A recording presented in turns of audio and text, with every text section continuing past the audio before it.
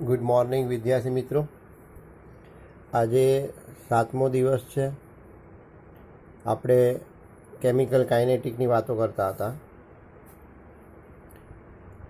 ગઈકાલે આપણે શૂન્યક્રમની પ્રક્રિયાનું ઉદાહરણ જોયું હતું કે નિકલ ઉદ્દીપકની સપાટી પર વાયુમય એમોનિયાનું વિઘટન એ શૂન્યક્રમની પ્રક્રિયા છે. ગોળની સપાટી પર એચઆઈનું વિઘટન એ શૂન્યક્રમની પ્રક્રિયા છે. ત્યારબાદ આપણે પ્રથમ ક્રમની પ્રક્રિયાના વેગ અચળાંક કેનું સૂત્ર એટલે કે સંકલિત વેગ સમીકરણ કે બરાબર 2.303 ભાગ્યા ટી log r0 ભાગ્યા r સૂત્રની તારવણી કરી હતી. ત્યારબાદ તેનો અડધો સમય સાથેનું સૂત્ર પણ તારવ્યું હતું, T1/2 બરાબર 0.693/k. અને ત્યારબાદ આલેખની પણ વાત કરી હતી. એમાં બે આલેખ હતા, એક ઋણ ધારવાળો આલેખ હતો અને એક પોઝિટિવ ધારવાળો આલેખ હતો. બસ હવે આજે આપણે આગળ વધીએ છીએ તો કંઈક જૂની થિયરી છે જે આપણે ભણી ગયા છે એનું જ રિપ્રેઝન્ટેશન કરી દઈએ. અર્ધ આયુષ્ય સમય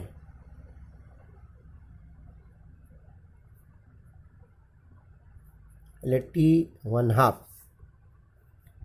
બરાબર. તો અર્ધાયુષ્ય સમય કોને કહેવાય એ આપણને ખબર છે કે પ્રક્રિયકની શરૂઆતની સાંદ્રતાને અડધી થવા માટે જે સમય લાગે એને અર્ધાયુષ્ય સમય કહેવાય. અને સામાન્ય રીતે આ રેડિયો એક્ટિવ તત્વો માટે જ વપરાય છે.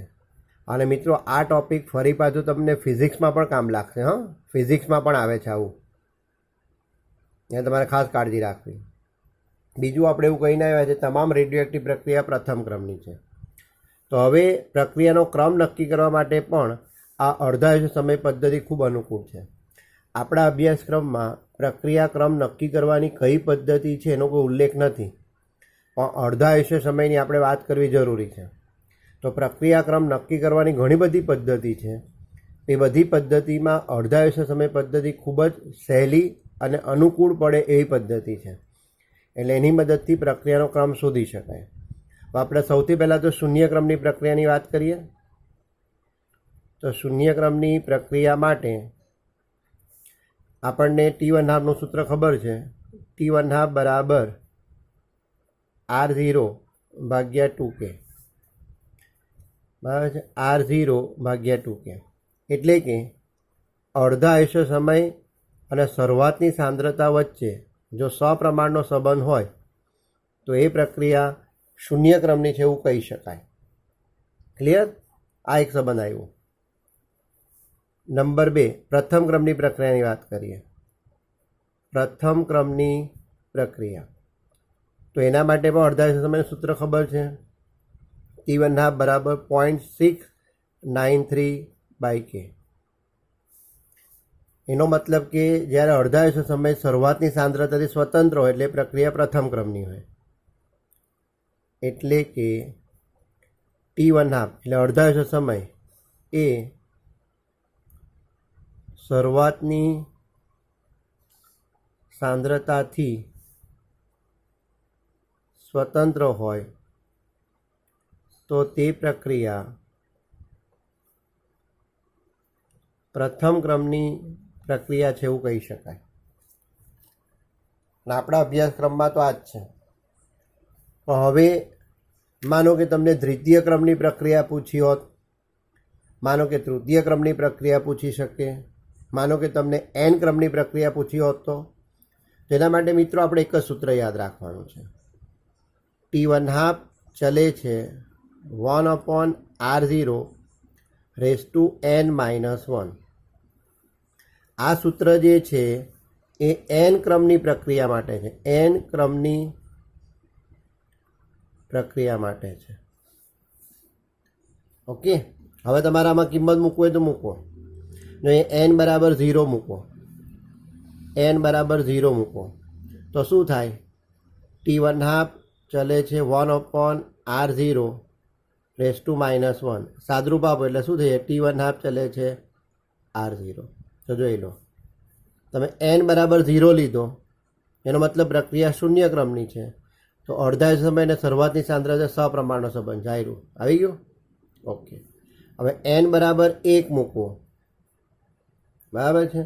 હવે આ સૂત્રમાં n બરાબર 1 મૂકીએ તો r0 1 માઇનસ 1 એટલે શું થઈ જાય, t1 હાફ ચલે છે 1/r0 રેસ ટુ 0.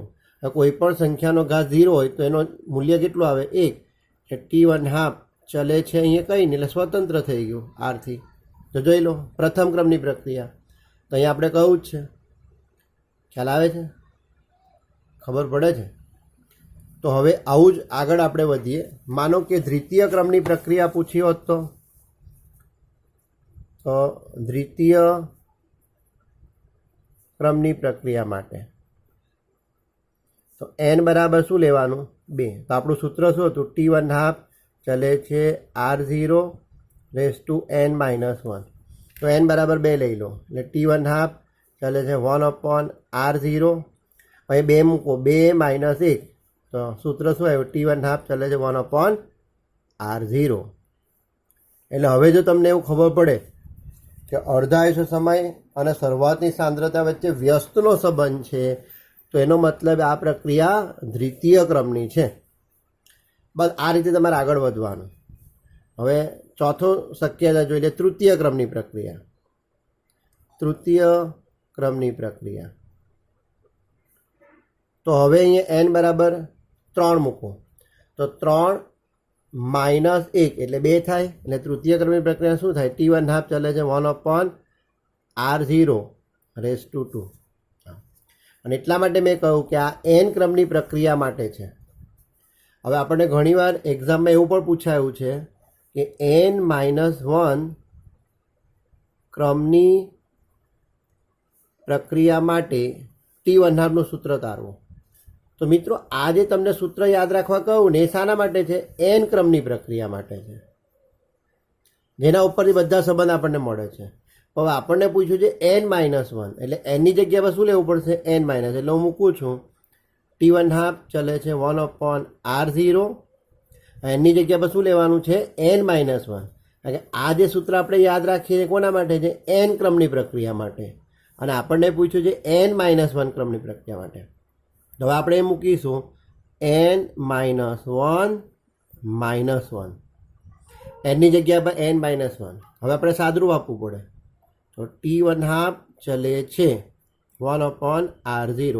હવે આ બ્રેકેટ ખોલીએ તો માઇનસ અને -1 એટલે n-1 -1 એટલે t1 હાફ ચલે છે 1/r0 n-2. તો આવા સવાલ આપણને એક્ઝામમાં પૂછાઈ ગયા છે. તો પ્રક્રિયાક્રમ હંમેશા પ્રાયોગિક રીતે જ થતો હોય છે નક્કી. અને એ નક્કી કરવાની ઘણી બધી પદ્ધતિઓ છે, જેમાંની એક પદ્ધતિ છે અર્ધ આયુષ્ય સમય પદ્ધતિ. ઓકે, ખ્યાલ આવી ગયો? તો ચાલો પાછું એકવાર બતાવી દઈએ. ચાલો જોઈ લો. અર્ધ આયુષ્ય સમય કોને કહેવાય એ તમને ખબર છે કે શરૂઆતની સાંદ્રતાને અડધી થવા માટે જે સમય લાગે એને અર્ધ આયુષ્ય સમય કહેવાય. હવે શૂન્ય ક્રમની પ્રક્રિયા માટેનું સૂત્ર આપણને ખબર છે, t1 હાફ બરાબર r0 ભાગ્યા 2k. એટલે કે t1 હાફ ચલે છે r0. એટલે જ્યારે અર્ધ આયુષ્ય સમય એ શરૂઆતની સાંદ્રતાને સમપ્રમાણ હોય એટલે કોઈને પૂછવા નહીં જવાનું, એ પ્રક્રિયા શૂન્ય ક્રમની જ હોય. ક્લિયર? ચાલો, પ્રથમ ક્રમની પ્રક્રિયા માટેનું સૂત્ર પણ આપણે આ તારાયું છે, t1 હાફ બરાબર 0.693/k. હવે આ સૂત્રમાં શરૂઆતની સાંદ્રતાનો ઉલ્લેખ જ નથી. એટલે કે જ્યારે t1 હાફ એ શરૂઆતની સાંદ્રતા સ્વતંત્ર હોય તો તે પ્રક્રિયા પ્રથમ ક્રમની છે. હવે આવું બીજી બધી પ્રક્રિયાઓ માટે પૂછાય તો તમને એવો પ્રશ્ન થાય કે સાહેબ આવી બીજી બધી પ્રક્રિયા માટે પૂછે તો તેના માટે આપણે હવે યાદ રાખવાનું છે કે n ક્રમની પ્રક્રિયા માટે અડધા આયુષ્ય સમય અને શરૂઆતની સાંદ્રતાનો સંબંધ દર્શાવતું સૂત્ર આ થાય, t1 હાફ ચલે છે 1/r0 n-1. હવે આ બંને આપણે જે જોયું તે સાબિત થાય. હવે n બરાબર 0 મૂકો એનો મતલબ પ્રક્રિયા શૂન્ય ક્રમની થાય. તો આમાં n બરાબર 0 મૂકો તો 0 -1 એટલે -1 થઈ ગયું. -1 ક્યાં ગયા? ઉપર. એટલે t1 હાફ ચલે છે r0. આવી ગયું ને? જોઈ લો. તો આ શૂન્ય ક્રમની પ્રક્રિયાઓ બતાવે. હવે n બરાબર 1 મૂકો તો n બરાબર 1 મૂકીએ તો 1 - 1 0. તો r રેસ ટુ 0 કોઈ પણ સંખ્યાનો ઘાત 0 એટલે અચળ થઈ જાય. એટલે અહીંયા અચળ એટલે 1 આવ્યું, એટલે એ સાંદ્રતાથી શું થઈ ગઈ? સ્વતંત્ર. ઓકે, હવે આવું જ દ્વિતીય તૃતીય ક્રમની પ્રક્રિયા માટે પૂછી શકાય.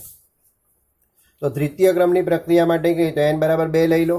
તો આપણું જે આ સૂત્ર છે n ક્રમની પ્રક્રિયા, એમાં n બરાબર 2 મૂકો તો 2 - 1 એટલે 1, એટલે T1/2 ચલે છે R0. એટલે જ્યારે જ્યારે શરૂઆતની સાંદ્રતા અને T1/2 વચ્ચે વ્યસ્તનો સંબંધ હોય ત્યારે મિત્રો કોઈને પૂછવા નહીં જવાનું, એ પ્રક્રિયા દ્વિતીય ક્રમની જ હોય. એ રીતે તૃતીય ક્રમની પ્રક્રિયા હોય તો n બરાબર 3 લઈ લો. n બરાબર આપણે 3 લેવાનું, બરાબર છે. તો આ જે સૂત્ર છે એમાં n બરાબર 3 મૂકો તો 3 - 1 એટલે 2, એટલે T1/2 ચલે 1/R0. તો આ તૃતીય ક્રમ. આ જે ચતુર્થ ક્રમનું પૂછ્યું તો n બરાબર 4 લઈ લો, એટલે 4 - 1 તો R/3 થાય. હવે આપણે જે આ સૂત્રની વાત કરી છે તે કઈ છે? n ક્રમની પ્રક્રિયા માટે. અને આપણને એક્ઝામમાં ભૂતકાળમાં પૂછાઈ પણ ગયું છે કે n-1 ક્રમની પ્રક્રિયા માટે શું આવે. તો હવે આપણે n બરાબર શું લેવાનું છે? n-1.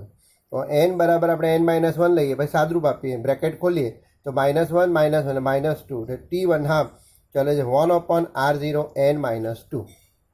ક્લિયર? સમજાય છે મિત્રો? આટલું ડિટેલમાં બુકમાં નથી આપ્યું, એટલે પ્લીઝ તમે ખાસ કાળજી રાખીને રાઇટિંગ પ્રેક્ટિસ કરજો. ઓકે, હું આશા રાખીશ કે તમને આ સમજણ પડી ગઈ છે. એટલે હવે કોઈ પણ ક્રમની તમને પૂછે કે અડધા સમય અને શરૂઆતની સાંદ્રતા શું સંબંધ, તો તમારે આ યાદ રાખવાનું સૂત્ર.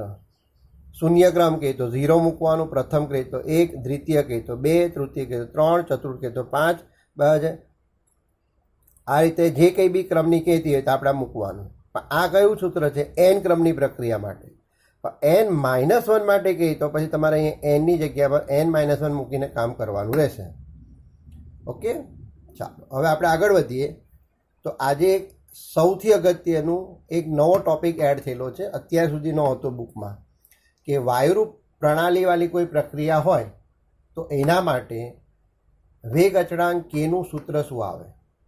વાયુરૂપ પ્રણાલી માટે અને એ પ્રક્રિયા પાછી પ્રથમ ક્રમની હોય તો એના વેગ અચળાંક કેનું સૂત્ર કઈ રીતે તારવી શકાય એ આપણે જોવાનું છે. મિત્રો, ખૂબ જ અગત્યની થિયરી આ નવી બુકમાં NCERT બુકમાં એડ થઈ છે. બરાબર છે કે વાયુમય કલાની પ્રથમ ક્રમની પ્રક્રિયા માટે વેગ અચળાંક કેનું સૂત્ર તારવું. આના જ્યારે દાખલા આવે ત્યારે પણ બહુ વિશેષ કાળજી રાખવી પડે. તો આપણે હવે આની વાત કરી લઈએ. તો આપણે ધારી લઈએ કે ધારો કે વાયુમય કલાની પ્રથમ ક્રમની પ્રક્રિયા નીચે પ્રમાણે છે. આવું લખવાનું. ધારો કે વાયુમય કલાની પ્રથમ ક્રમની પ્રક્રિયા નીચે પ્રમાણે છે. એટલે A gas will give B gas plus C gas.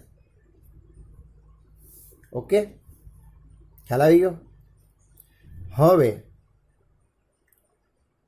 આ વાયુરૂપ પ્રણાલી હોય અને પ્રથમ ક્રમની પ્રક્રિયા હોય તો વેગ અચળાંક કેનું સૂત્ર શું આવે? તો તમે કહી દો સાહેબ એમાં શું વિચારવાનું કે પ્રથમ ક્રમની પ્રક્રિયા છે એટલે K બરાબર 2.303 ભાગ્યા T log એની શરૂઆતની સાંદ્રતા અને T સમયની સાંદ્રતા જે હોય એ. તમે આવું જ કહેશો ને? એટલે તમે એવું કહેશો કે શરૂઆતની સાંદ્રતા એટલે PI, I ફોર ઇનિશિયલ, અને T સમયે એની સાંદ્રતા એટલે PA આપણે કહી દઈએ. બસ, તો સાહેબ આવી ગયું. પણ હવે આ લાવવું ક્યાંથી? આની કિંમત ક્યાંથી લાવવી? તો હવે આપણે એને સમજાવીએ છીએ. તમે કહું કે બરાબર છે કે સાહેબ આપણે જે શીખ્યા છે તે પ્રમાણે તો શું થાય? K બરાબર 2.303 ભાગ્યા T log PI છેદમાં PA, એટલે T સમયે જે સાંદ્રતા હોય એમ T છે એટલે PT. હવે આનો મતલબ બે કાઢીશું. PT એટલે ટોટલ દબાણ પણ થઈ શકે અને T સમયે પણ દબાણ થઈ શકે. P ફોર પ્રેશર, કારણ કે વાયુરૂપ પ્રણાલી છે ને, સાંદ્રતા શામાં લઈશું આપણે? દબાણમાં લઈશું. ઓકે, હા. તો હવે જોઈ લઈએ. તો આપણે ધારી લઈએ, ધારો કે એનું બાષ્પ દબાણ જે છે, આંશિક દબાણ એ PB છે, બીનું આંશિક દબાણ PB છે, અને સીનું આંશિક દબાણ પીસી છે. હવે ગ્રેહામનો નિયમ ડાલ્ટનનો આંશિક દબાણનો નિયમ યાદ કરો. જો વાયુ એકબીજા સાથે પ્રક્રિયા ન કરતા હોય તો વાયુ મિશ્રણનું કુલ દબાણ દરેકના આંશિક દબાણના સરવાળા બરાબર થાય. તો આપણે એવું માની લઈએ છીએ કે આ લોકો વાયુ અવસ્થામાં છે જ અને એકબીજા સાથે પ્રક્રિયા કરતા નથી. એટલે કુલ દબાણ શું થાય? તો પી ટોટલ એટલે કે કુલ દબાણ પીએ વત્તા પીબી પ્લસ પીસી થશે. સમીકરણ નંબર 1 આ ધ્યાનમાં રાખવાનું. હવે તમને 11 સાયન્સમાં સમતુલનવાળો પાઠ યાદ હોય તો તેમાં આપણે આવા દાખલા ગણતા હતા તત્વયોગમિતિના આધારે. તો હવે આપણે શરૂઆત આ રીતે કરવાની છે. પછી આમાં આપણે કિંમત મૂકીશું. બરાબર છે? ચાલો આને આપણે 1 કહી દઈશું અને 2 કહી દઈએ. ચાલો હવે ફરી પાછું સમીકરણ લખીએ.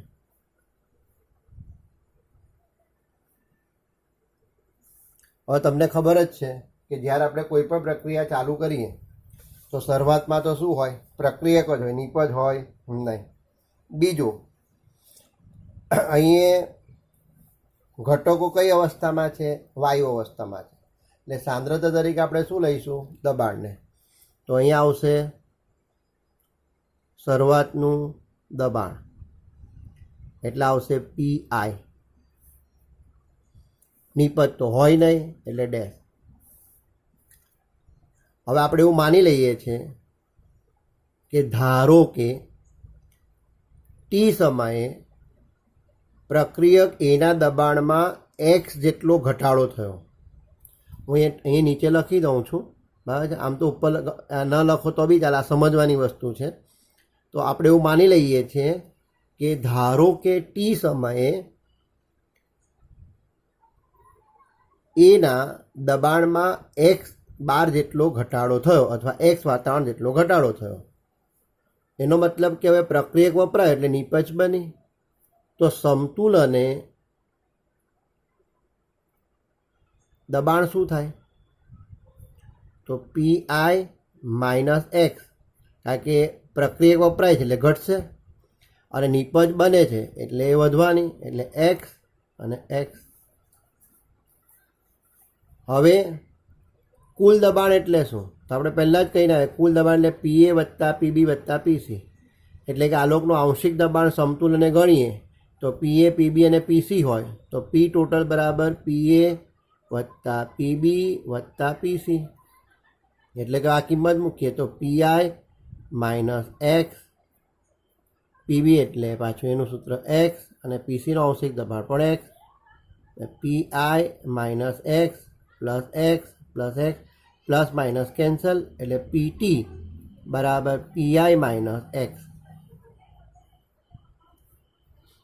ઓકે, એટલે હવે તમે આને ટી દબાણે દબાણ કહેશો કે પછી કુલ દબાણ કહેશો, બધું એકનો એક મતલબ. ઓકે, ખ્યાલ આવી ગયો? ખબર પડે છે? હવે આ એક્સને આપણે સૂત્રનો કરતા બનાવીએ તો શું થાય? એક્સ બરાબર પીઆઈ માઇનસ પીટી થાય. પીટી આ બાજુ આવશે એટલે અહીંયા લખું છું એક્સ બરાબર પીઆઈ માઇનસ પીટી. ક્લિયર? સમજો પડી ગઈ? ચાલો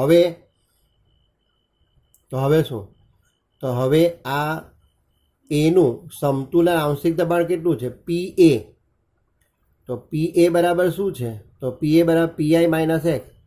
તો પી એ બરાબર પીઆઈ માઇનસ એક્સ છે. તો આ સૂત્રમાં આ એક્સની કિંમત મૂકીએ, આ એક્સની કિંમત મૂકી દઈએ. હવે તો શું આવે? પીઆઈ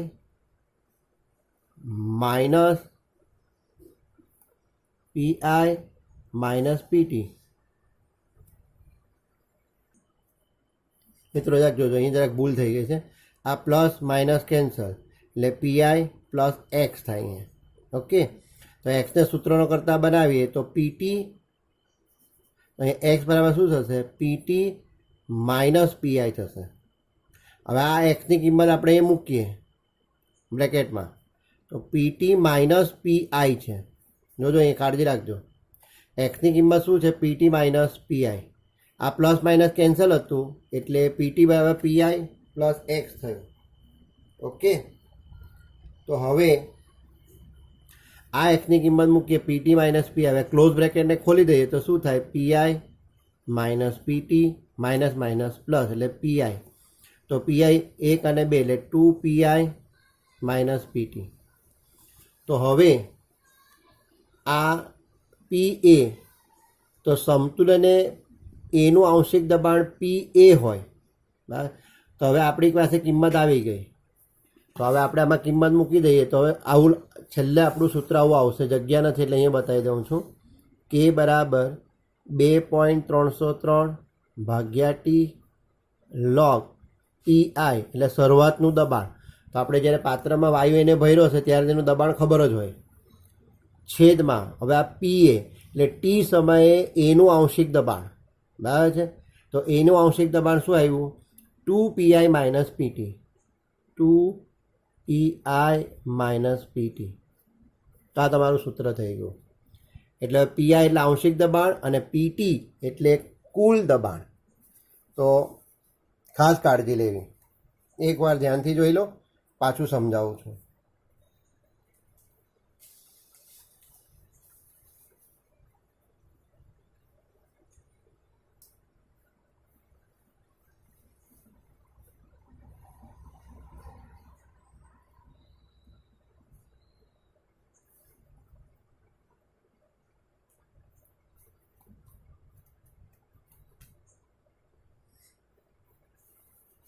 ચાલો જોઈ લઈએ.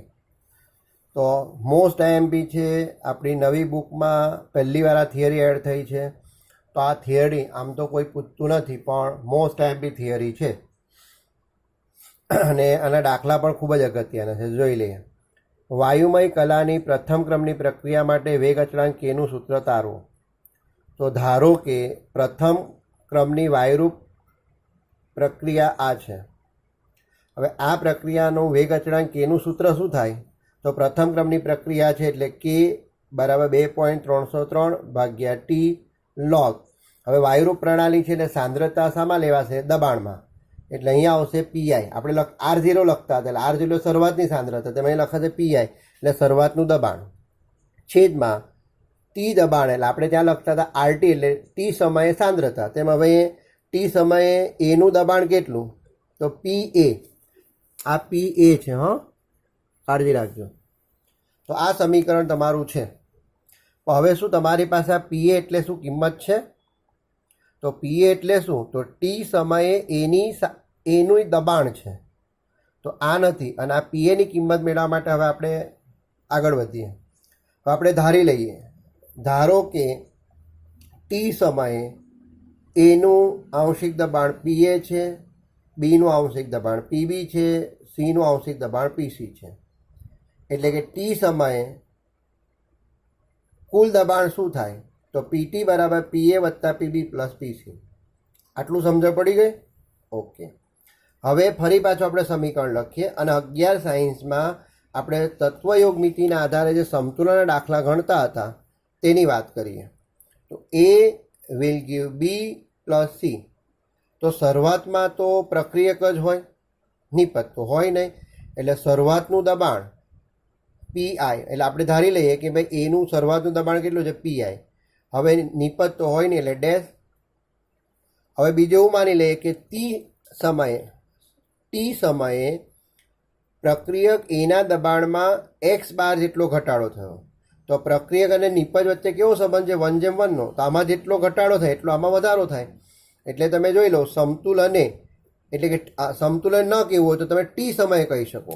તમારે સમતુલનને ન કહેવું હોય તો ટી સમયે કહી શકો. તો ટી સમયે આંશિક દબાણ શું થાય? તો પીઆઈ માઇનસ એક્સ ને આલોકનું થશે એક, કારણ કે સંબંધ છે 1:1નો અને નિપજ વચ્ચે પણ સંબંધ છે 1:1નો. એટલે બંનેનું દબાણ કેવું આવશે? સરખું. એટલે કે ટી સમયે એટલે કે કુલ દબાણ પીએ વત્તા પીબી પ્લસ પીસી.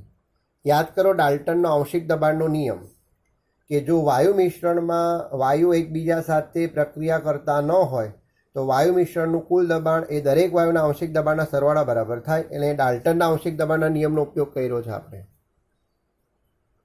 ડાલ્ટનના આંશિક દબાણના નિયમનો ઉપયોગ કર્યો છે. હવે આમાં કિંમત મૂકી દઈએ તો પીઆઈ માઇનસ એક્સ પીબીની કિંમત એક્સ, પીસીની કિંમત એક્સ. હવે આ બ્રેકેટ ખોલી કાઢે, PI minus x plus x plus x. તો આ માઇનસ અને આ પ્લસ, પ્લસ માઇનસ કેન્સલ, એટલે આપણું પીટી બરાબર પીઆઈ પ્લસ એક્સ. હવે આ પીટીને તમે ટી સમયે દબાણ કહેશો તો બી ચાલશે, પીટીને કુલ દબાણ કહેશો તો બી ચાલશે. એટલે આ પીટીમાં કોઈ કન્ફ્યુઝન નહીં રાખતા. તો આના બે મતલબ કાઢી છે, ટી સમયે દબાણ અથવા કુલ દબાણ.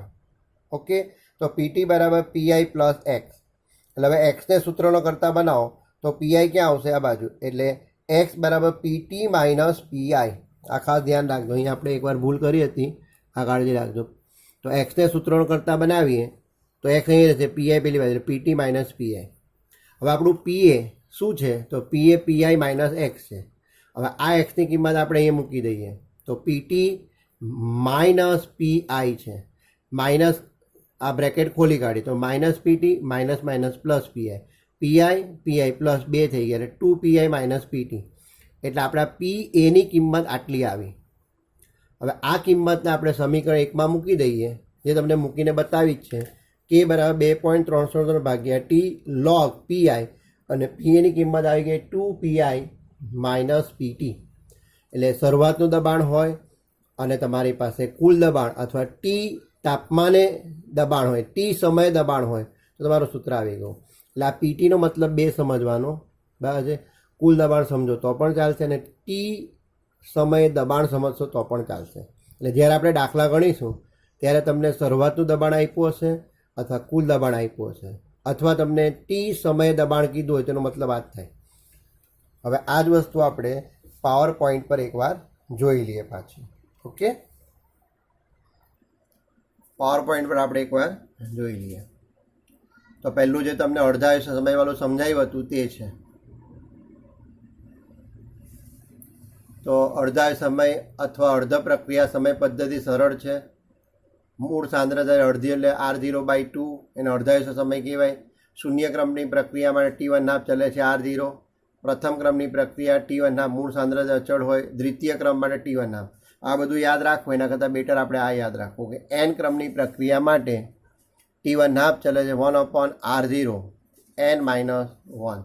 મિત્રો આને છેદમાંથી ઉપર લઈ જઈએ તો ખ્યાલ આવશે ને, શું આવશે? T1 હાફ ચાલે છે R0 1 માઇનસ, હે ને, એટલે એમાં લોચા નહીં મારતા પાછા. એકવાર બતાવું છું પાછું.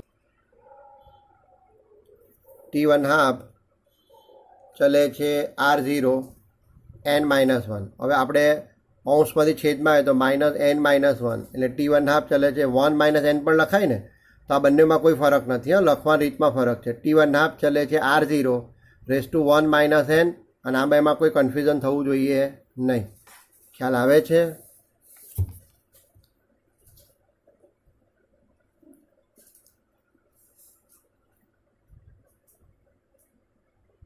ઓકે, નહીં દેખાય તો હું બોલી ગયો છું. ઓકે, જોઈ લે. ચાલો હવે વાયુમય કલાની માટે તો ધારી લઈએ કે ધારો કે વાયુમય કલા આ છે. હવે એનું આંશિક દબાણ પીઆઈ છે, ટી એટલે ટી સમયે કુલ દબાણ છે. આવી એક સંકલિત વેગ સમીકરણનું કુલ દબાણ પીટી બરાબર પીએ વત્તા પીબી વત્તા પીસી, ડાલ્ટનના આંશિક દબાણના નિયમ પ્રમાણે. હવે આ જે આપણે તત્વયોગ મિતિના લખતા હતા તે, તો પીએ પીબી પીસી અનુક્રમે એબીસીના આંશિક દબાણ છે.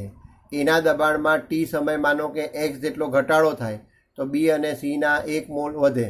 તો આ તત્વયુગમાં શરૂઆતમાં T = 0 છે. શરૂઆતમાં દબાણ કેટલું? પીઆઈ. તો નિપજને એટલે 0. ટી સમયે દબાણમાં કેટલો ઘટાડો થયો? x બાર જેટલો. તો એ સંબંધ 1:1 એટલે આ લોકનો x બાર જેટલું વધે, એટલે x વધે. તો પીઆઈ બરાબર T0 સમયે. હવે ટી સમયે શું થાય? તો પીટી એટલે ટી સમયે આ બધાનો સરવાળો, એટલે પીએ વત્તા પીબી વત્તા પીસી. તો આનો બ્રેકેટ ખોલીએ, પ્લસ માઇનસ કેન્સલ, એટલે આવી ગયું. બરાબર છે. અને આ સૂત્ર તમારું ફાઇનલ છે. 2.303 ભાગ્યા ટી લોગ પીઆઈ છેદમાં 2 પીઆઈ માઇનસ પીટી. એટલે જ્યારે આવું સમીકરણ આવશે ત્યારે તમારે આ સૂત્ર યાદ રાખવું પડશે. તો ખૂબ જ અગત્યનું છે વાયુરૂપ પ્રણાલી માટે, આ ખૂબ જ અગત્યનું છે. Okay, thank you so much. આવતીકાલે આપણે આગળ બીજી થિયરીની વાતો કરીશું. આ થિયરી પણ છે તમારે 3 વાર ઓછામાં ઓછી લખવાની છે, કારણ કે આના દાખલા પણ અઘરા પડશે. Thank you so much.